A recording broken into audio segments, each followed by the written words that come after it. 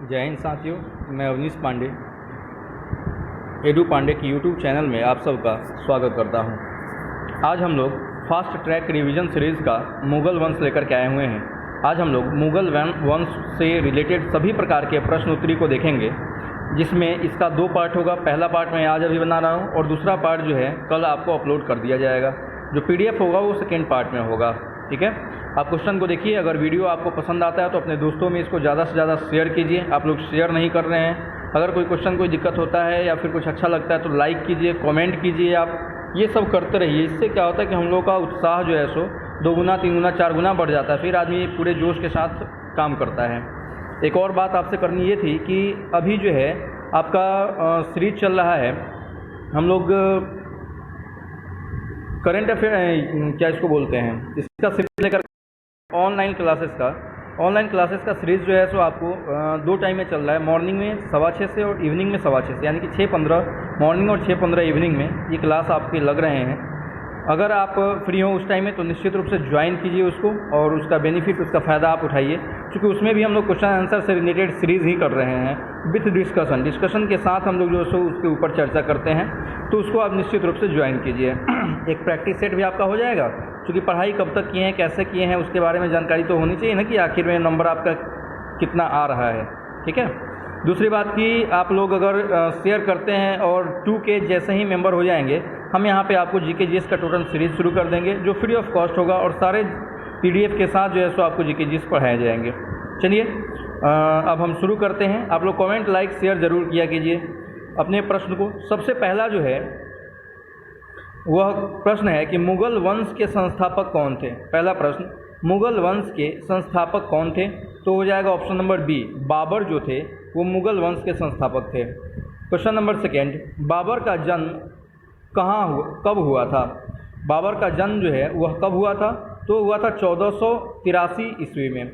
Actually इसका जन्म 14 फरवरी 1483 को हुआ था। 14 फरवरी डेट याद रखिएगा। वैसे भी आपको याद ही होगा, वैलेंटाइन डे होता है इस दिन, तो डेट आपको तो आसानी से याद होगा। अगला प्रश्न है, बाबर के पिता का नाम क्या था?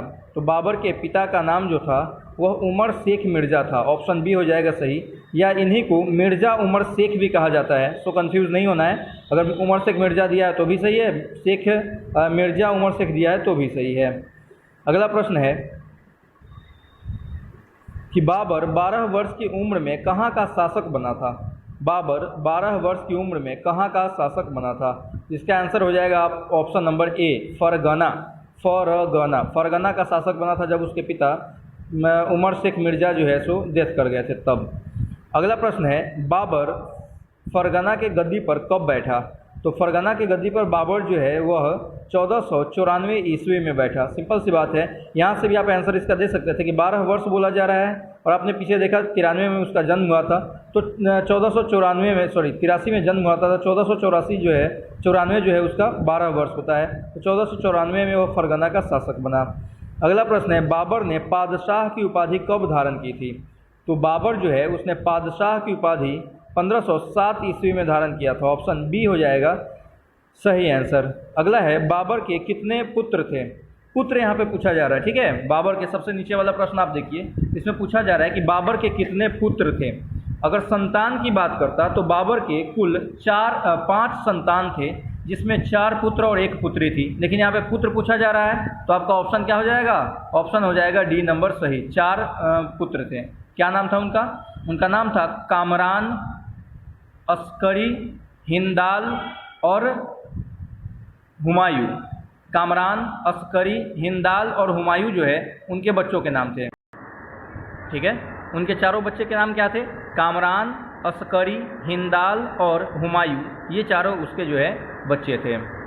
चलिए अगला प्रश्न है,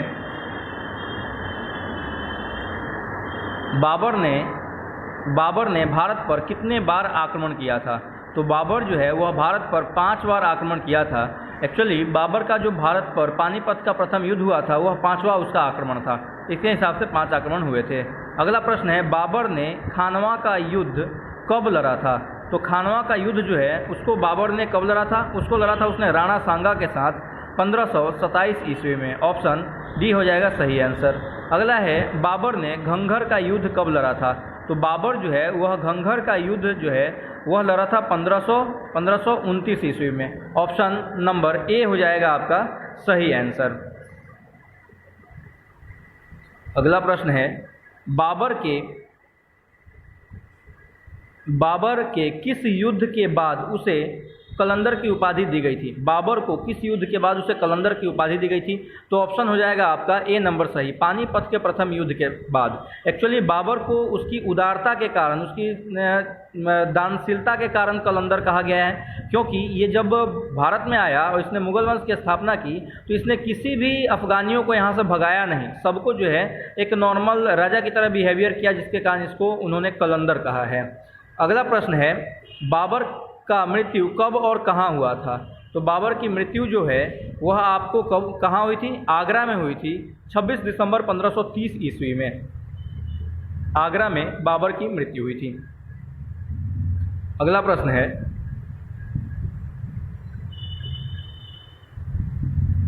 प्रारंभ में, ये वाला प्रश्न, प्रारंभ में बाबर के शव को कहाँ दफनाया गया था? तो प्रारंभ में बाबर के शव को जो दफनाया गया था वह आगरा के आराम बाग में दफनाया गया था। आगरा के आराम बाग, ऑप्शन नंबर सी हो जाएगा सही आंसर।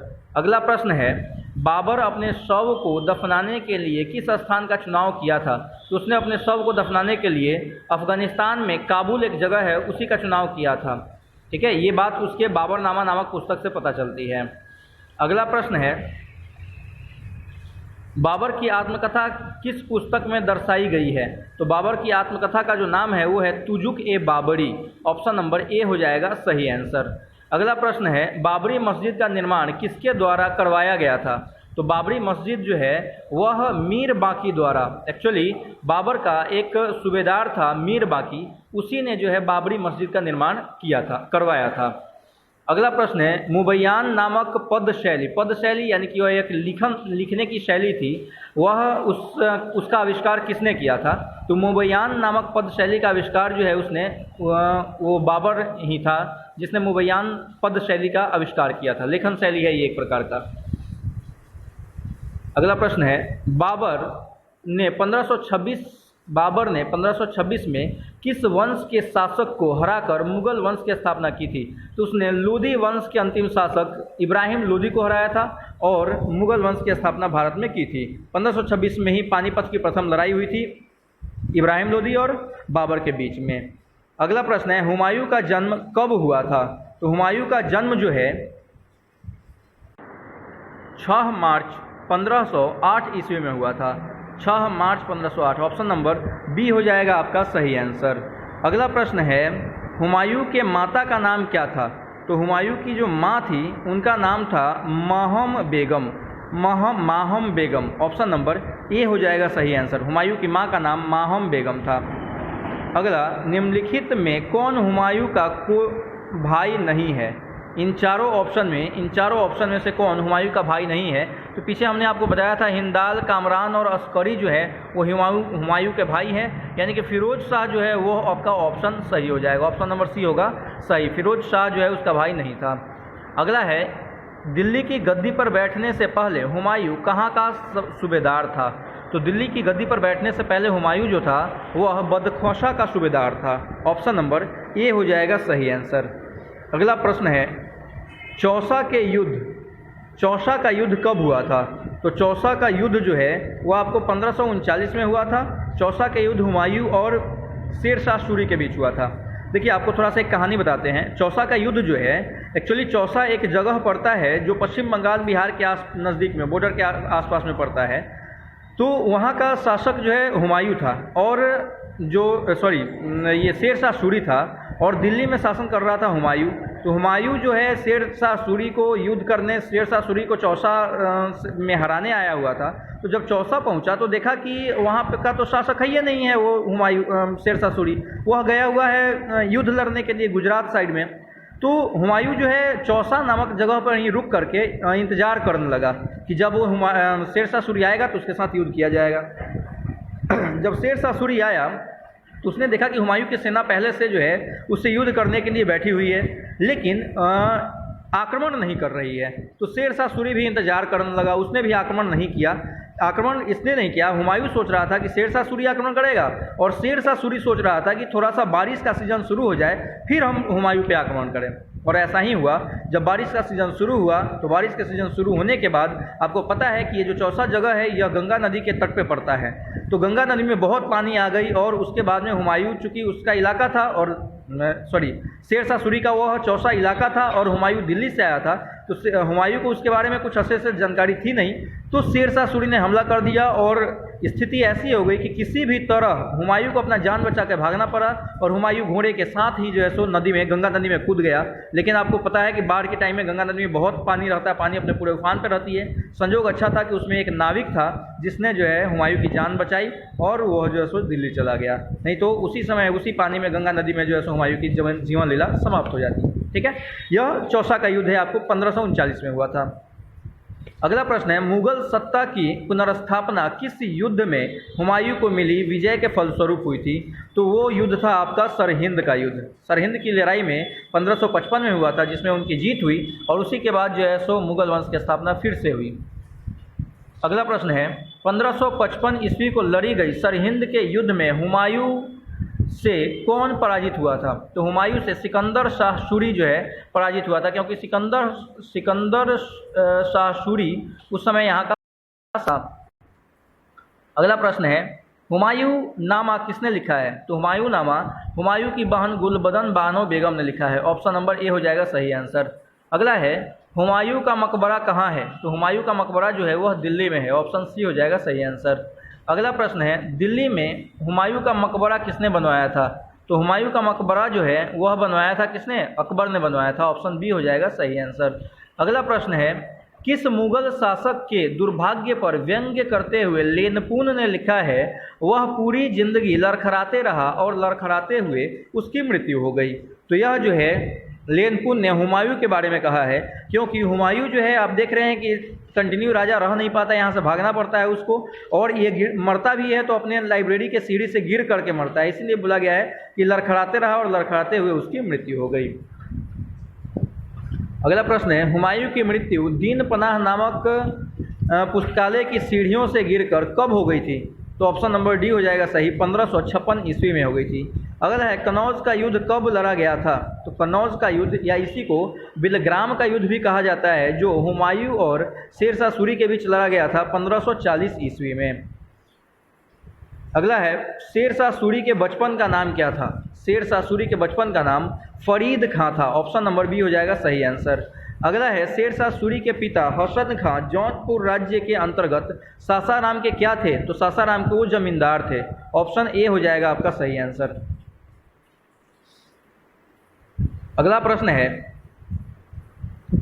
बिहार के अफगान शासक सुल्तान मुहम्मद बहार खां लोहानी ने शेरशाह की बहादुरी से प्रसन्न होकर उसे कौन सी उपाधि दी थी? तो उसको जो है शेर खां की उपाधि दी थी। ऑप्शन बी हो जाएगा सही आंसर। अगला है, 1540 ईस्वी में शेर शाह ने किस मुगल सम्राट को हराकर उत्तर भारत में सूरी साम्राज्य की स्थापना की थी? तो सूरी साम्राज्य की स्थापना उसने हुमायूं को हरा करके की थी। वहीं कन्नौज का युद्ध था या बिलग्राम का युद्ध था जो 1540 में हुआ था। अगला प्रश्न है, शेर खां एवं हुमायूं के बीच बिलग्राम या कन्नौज का युद्ध कब हुआ था? शेर खां या हुमायूं के बीच बिलग्राम का युद्ध जो है वह 17 मई 1540 ईस्वी में हुआ था। ऑप्शन नंबर ए हो जाएगा सही आंसर। अगला है, शेर शाह दिल्ली की गद्दी पर कब बैठा? तो शेर शाह जो है वो दिल्ली की गद्दी पर 1540 ईस्वी में बैठा। देखिए, जो आप देखे हैं अभी हमने चौसा के युद्ध की कहानी हम सुनाए हैं आपको, तो जब हुमायूं बच करके किसी भी तरह निकला तो वह दिल्ली भाग रहा था, उसी समय शेरशाह सूरी भी उसका पीछा करते हुए दिल्ली की तरफ आया और रास्ते में ही आपको कन्नौज नामक स्थान पर इन दोनों के बीच युद्ध हुआ और उस युद्ध में हुमायूं को उसने पराजित कर दिया और हुमायूं को दिल्ली भागने के बजाय जो है सो सरहिंद भागना पड़ा था, यानी कि जहाँ से वो बेचारा आया था सिंध प्रदेश से, उधर की तरफ उसको जाके शरण देनी पड़ी। अगला प्रश्न, निम्नलिखित में से किस सुल्तान ने पहले हजरत आला की उपाधि अपनाई और बाद में सुल्तान की उपाधि अपनाई? तो वो कौन था? वो व्यक्ति था Sher Shah Suri. Option number B हो जाएगा सही आंसर। अगला है, मात्र एक मुट्ठी बाजरे के चक्कर में मैंने अपना साम्राज्य खो दिया है। यह कथन निम्नलिखित में से किसका है? कहीं कहीं जो है बाजरे की जगह पर बालू भी दिया रहता है, तो कंफ्यूज नहीं होना है। यह कथन शेर शाह सूरी का है। ठीक है, अगला पॉइंट, किस विजय के बाद शेर शाह सूरी ने कहा था कि मुट्ठी भर बाजरे के लिए मैं हिंदुस्तान के साम्राज्य को लगभग खो चुका हूं? तो हम मारवाड़ विजय के बाद उसने कहा था, मारवाड़ विजय के बाद। ऑप्शन नंबर ए हो जाएगा सही आंसर। अगला प्रश्न है, मध्ययुगीन भारत में सर्वप्रथम रुपया नामक सिक्का किस शासक ने चलाया था? तो वह शेर शाह सूरी ने चलाया था। अगला है, शेर शाह के शासनकाल में कितनी टकसालें थी? टकसाल जहाँ पे पैसे की ढलाई और छपाई होती है उसको टकसाल कहते हैं। ऑप्शन नंबर ए हो जाएगा सही, 23 टकसालें थी उसके समय में। अगला, निम्न में से किस शासक ने भूमि मापने के लिए 32 अंक वाला सिकंदरी गज एवं सर ए डंडी का प्रयोग किया था? तो वो है आपका शेर शाह सूरी। इसने जो है सो सिकंदरी गज जो है सिकंदर लोदी ने चलाया था और सर ए डंडी का प्रयोग इसने किया था। ऑप्शन नंबर डी हो जाएगा सही आंसर। अगला है, शेर शाह ने अपनी उत्तरी पश्चिमी सीमा को सुरक्षित करने के लिए किस किले का निर्माण करवाया था? तो उसने रोहतासगढ़ के किले का निर्माण करवाया था। ऑप्शन बी हो जाएगा सही आंसर। अगला है, किला ए कुहना मस्जिद का निर्माण किसने करवाया था? किला ए कुहना मस्जिद का निर्माण शेर शाह सूरी ने करवाया था। ऑप्शन ए हो जाएगा सही आंसर। अगला है, किस शासक को जीटी रोड के निर्माण का श्रेय दिया जाता है? तो वह दिया जाता है आपको शेर शाह सूरी को। देखिए, आज के टाइम का नेशनल हाईवे 1 और नेशनल हाईवे 2 ये दोनों को सम्मिलित रूप में जीटी रोड कहते हैं, क्योंकि ये रोड NH जो 1 है वह दिल्ली से अमृतसर सीमा तक लाहौर तक जाती है और NH 2 जो है वह कोलकाता से आपको दिल्ली तक जाती है। तो इन दोनों को सम्मिलित रूप में ग्रैंड ट्रंक रोड कहा जा सकता है। अगला है, निम्नलिखित में से किस शासक ने 1541 ईस्वी में पाटलिपुत्र नामक शहर पाटलिपुत्र का नाम पटना रखा था? तो वह है आपका शेर शाह सूरी ने।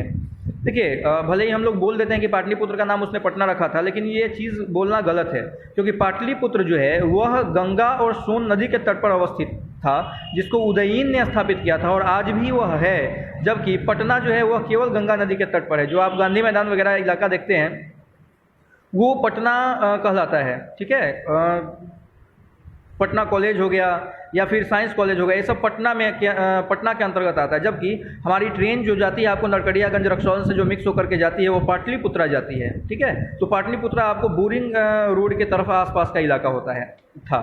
तो ये थोड़ा सा भले ही चलिए बोल दिया जाता है, आप भी अगर पूछे तो पटना ही बताइएगा, शेर शाह सूरी ही बताइएगा। ऐसा नहीं जो है सो लगिएगा लेक्चर देने, वहाँ पे लेक्चर आपका काम नहीं करेगा, क्योंकि ऑब्जेक्टिव आप लिख रहे होते हैं। हाँ, जब आप सब्जेक्टिव लिखें, जैसे मान लीजिए PCS का एग्जाम निकला हुआ, उस समय आप इसकी चर्चा कर सकते हैं। अगला है, शेर शाह सूरी का मकबरा कहाँ स्थित है? तो शेर शाह सूरी का मकबरा जो है वह सासाराम में स्थित है। ऑप्शन सी हो जाएगा सही आंसर। अगला है, शेर शाह सूरी की मृत्यु कहाँ हुई थी? तो शेर शाह सूरी की मृत्यु जो है वह कालिंजर में हुई थी। देखिए, बड़ा इंटरेस्टेड कहानी है। कालिंजर की दीवार को जब ये तोप से ढा रहा था तो तोप का गोला जो है सो टकरा करके रिटर्न वापस आ करके, और चूंकि जहाँ से तोप चलाया जा रहा था वहीं पे बारूद रखा हुआ था, वहीं पे आके गिर गया और फट गया। शेर शाह सूरी भी वहीं पे खड़ा था। शेर शाह सूरी के भी जो है सो वहाँ से मतलब उसको भी जख्म आई, लेकिन वो मरा नहीं।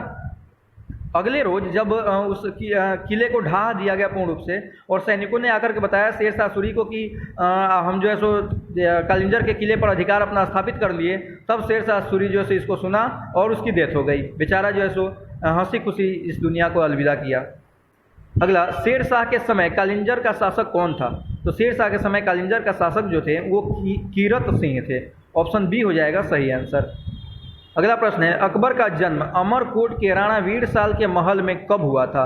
तो अकबर का जन्म जो है राणा वीरसाल के महल में 15 अक्टूबर 1542 ईस्वी को हुआ था। ऑप्शन नंबर ए हो जाएगा सही आंसर। अगला, अकबर की माता का नाम क्या था? तो अकबर की माता का नाम हमीदा बानो बेगम था, जो हुमायूं की पत्नी थी। अगला है, अकबर का राज्याभिषेक कहाँ हुआ था? तो अकबर का राज्याभिषेक जो है वह कालानौर में हुआ था। पंजाब में पड़ता है आपको कालानौर, वहीं पे अकबर का राज्याभिषेक हुआ था। अगला है, अकबर का राज्याभिषेक पंजाब के कालानौर नामक स्थान पर कब हुआ था? तो उसका राज्याभिषेक हुआ था कब? 14 फरवरी 1556 ईस्वी को। ऑप्शन डी हो जाएगा सही आंसर, 14 फरवरी, वहीं वैलेंटाइन डे। ध्यान रखिएगा, जो बाबर था उसका जन्म 14 फरवरी 1483 में हुआ था, जबकि अकबर का राज्याभिषेक 14 फरवरी 1556 में हुआ था। दोनों वैलेंटाइन डे के रोज ही हुए थे। ठीक है, एक का राज्याभिषेक, एक का जन्म। अगला है बैरम खां कब से कब तक अकबर का संरक्षक रहा था? तो वह 1556 से 1560 तक रहा था, यानी कि ऑप्शन नंबर सी हो जाएगा सही आंसर। अगला प्रश्न है मक्का की तीर्थ यात्रा के दौरान पाटन नामक स्थान पर किसने बैरम खां की हत्या कर दी थी? तो वो था आपका मुबारक खां। उसने बैरम खां की हत्या जो है पाटन नामक स्थान पर कर दी थी 1560 ईस्वी में। अगला है पानीपत की दूसरी लड़ाई कब लड़ी गई थी? तो पानीपत की जो दूसरी लड़ाई है 5 नवंबर 1556 में लड़ा गया था। देखिए ऑप्शन कौन सा है, 5 नवंबर 1556। ऑप्शन नंबर बी जो है ये आपका सही है। अगला प्रश्न है पानीपत की दूसरी लड़ाई निम्नलिखित में से किसके बीच लड़ी गई थी? तो पानीपत की दूसरी लड़ाई अकबर और हेमू के बीच लड़ी गई थी, यानी कि ऑप्शन नंबर सी हो जाएगा सही आंसर। अगला है हल्दी घाटी का युद्ध किसके बीच हुआ था, कब हुआ था? हल्दी घाटी का युद्ध कब हुआ था? तो ये हुआ था आपको 1556 ईस्वी में। ऑप्शन नंबर बी हो जाएगा सही आंसर। अगला बुलंद दरवाज़ा कहाँ स्थित है? तो बुलंद दरवाज़ा जो है यह आगरा यूपी में स्थित है। अगला प्रश्न बुलंद दरवाज़ा का निर्माण कब करवाया गया था? 1573 ईस्वी में करवाया गया था, 1573। ऑप्शन नंबर ए हो जाएगा आपका सही आंसर। दोस्तों वीडियो को आप शेयर करेंगे प्लीज़ प्लीज़ प्लीज़, रिक्वेस्ट है आपसे काइंडली अपने दोस्तों में इसको ज़्यादा से ज़्यादा शेयर कीजिए, और कम से कम बेतिया का सारा बच्चा जो है सो अपने इस वीडियो से तो पढ़ सकें। क्या अकबर ने बंगाल तथा बिहार को मुगल साम्राज्य में कब मिलाया था? तो अकबर जो है वह बंगाल और बिहार को मुगल साम्राज्य में कब मिलाता है? वह मिलाता है 1576 ईस्वी में। ऑप्शन नंबर बी हो जाएगा आपका सही आंसर। अगला है मुगल काल की राजभाषा क्या थी? तो मुगल काल की राजभाषा जो थी वो फारसी थी। ऑप्शन नंबर ए हो जाएगा सही आंसर।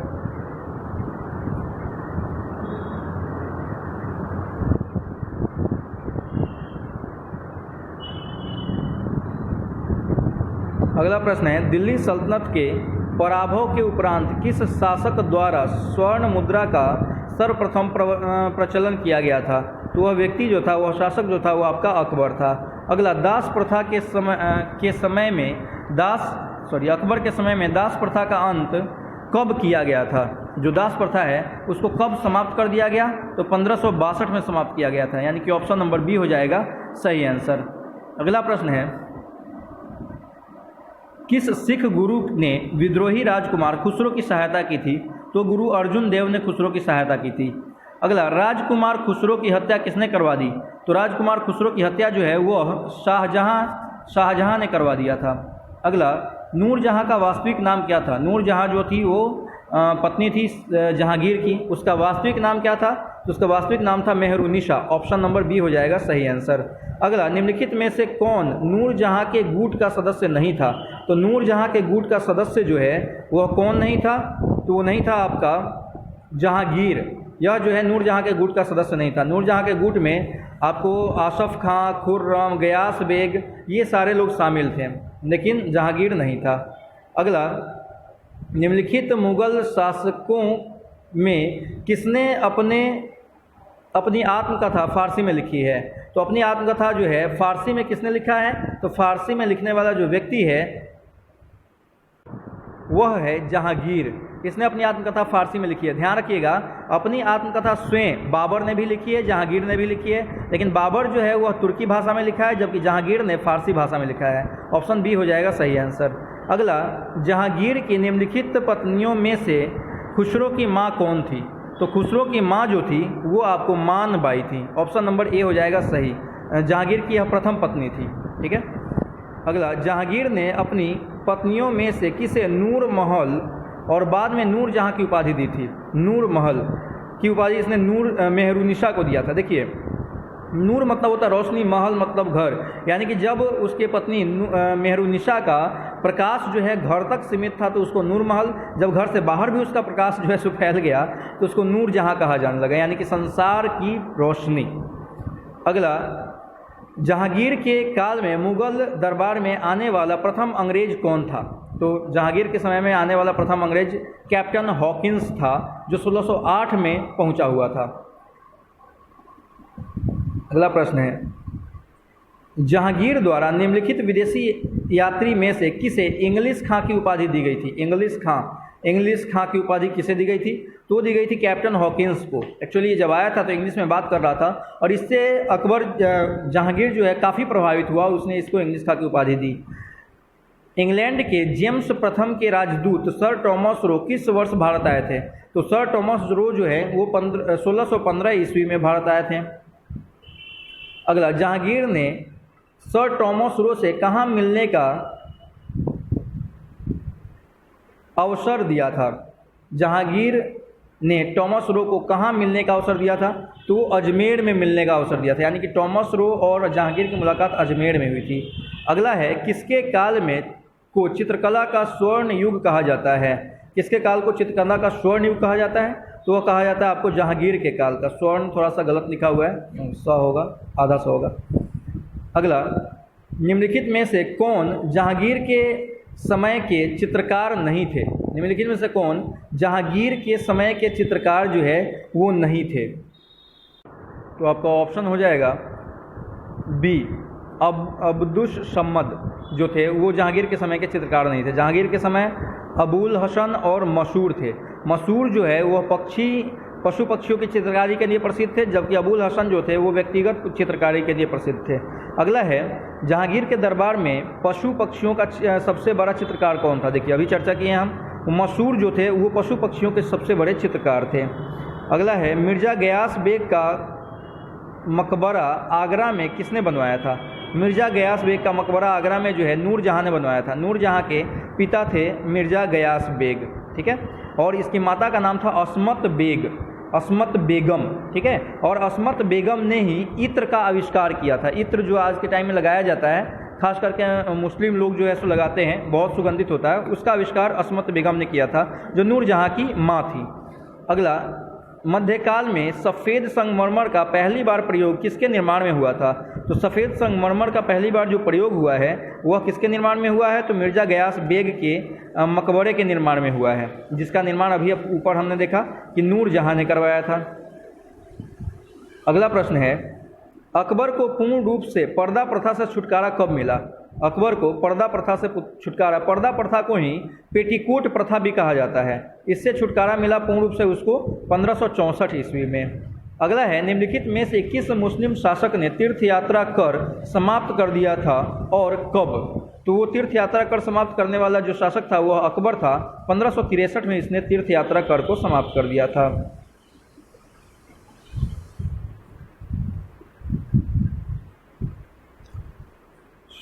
सॉरी आप लोग वीडियो को थोड़ा शेयर करें मेरे भाई, आपके सहयोग की बहुत ज़रूरत है, बिना आपके सहयोग का कुछ नहीं हो सकता,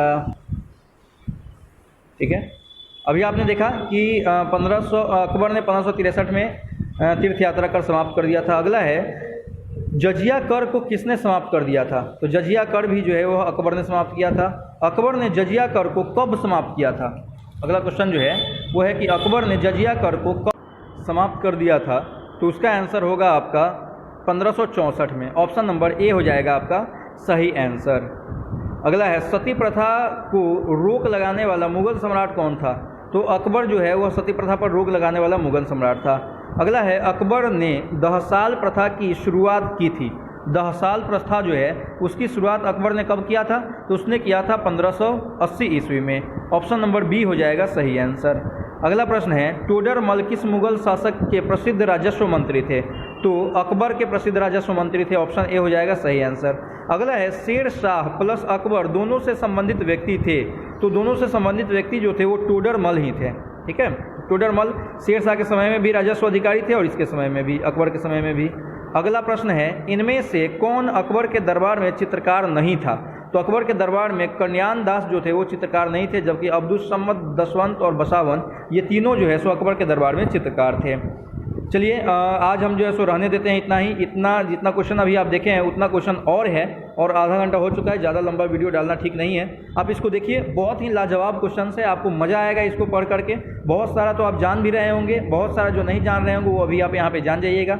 इसके बाद जो अगला वीडियो आएगा उसमें हम इसके PDF को भी डाल देंगे, आप वहाँ से PDF डाउनलोड कर लीजिएगा और वीडियो को देख करके यहाँ से आप उसका क्वेश्चन आंसर कर दीजिएगा।